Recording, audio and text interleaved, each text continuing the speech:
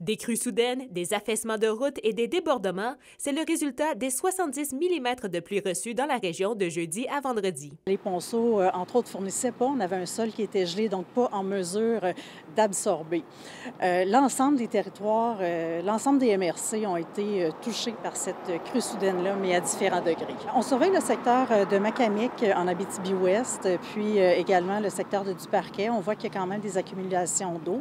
Alors, on est en lien avec la municipalité, donc pour soutenir et conseiller.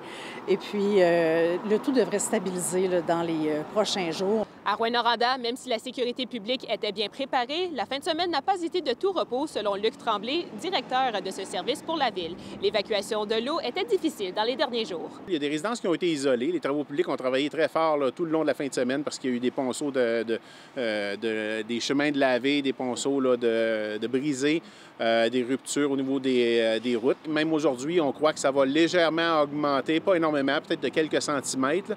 Donc, ceux qui voient que vraiment, c'est plus les riverains, les gens qui sont habitués là, dans ces secteurs-là qui sont affectés. Les MRC les plus affectés par la pluie soudaine sont l'Abitibi-Ouest, l'Abitibi et dans la vallée de l'Or, selon le ministère des Transports. À Hautier-Nord, le maire Fernand Major confirme que 6 maisons ont dû être isolées sur le rang de l'école. Certains de ces foyers ont eu des dégâts d'eau dans leur sous-sol. Quelques rangs ont dû être fermés durant le week-end également. Ce matin, on répare le ponceau. Là. On a un bris de ponceau dans la ceinture du lac entre Macamic et Hautier-Nord. Donc, les réparations se font ce matin.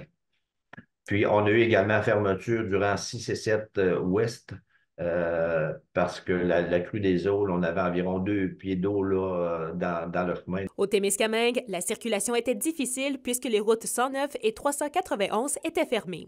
Un détour a dû être fait en Ontario en cas de déplacement d'urgence pour relier l'Abitibi au Témiscamingue. Maintenant, les deux parcours sont rétablis, les deux chemins sont rétablis. La circulation se fait par alternance, autant dans le coin de Nedelec que près de Guérin. La circulation se passe bien. Pour les municipalités, elles sont en mode restaurer les chemins brisés. Le lac Témiscamingue, le lac Kipawa, le lac Simard notamment, demeurent sous surveillance très attentive. Kimberly Hall, RNC Nouvelles.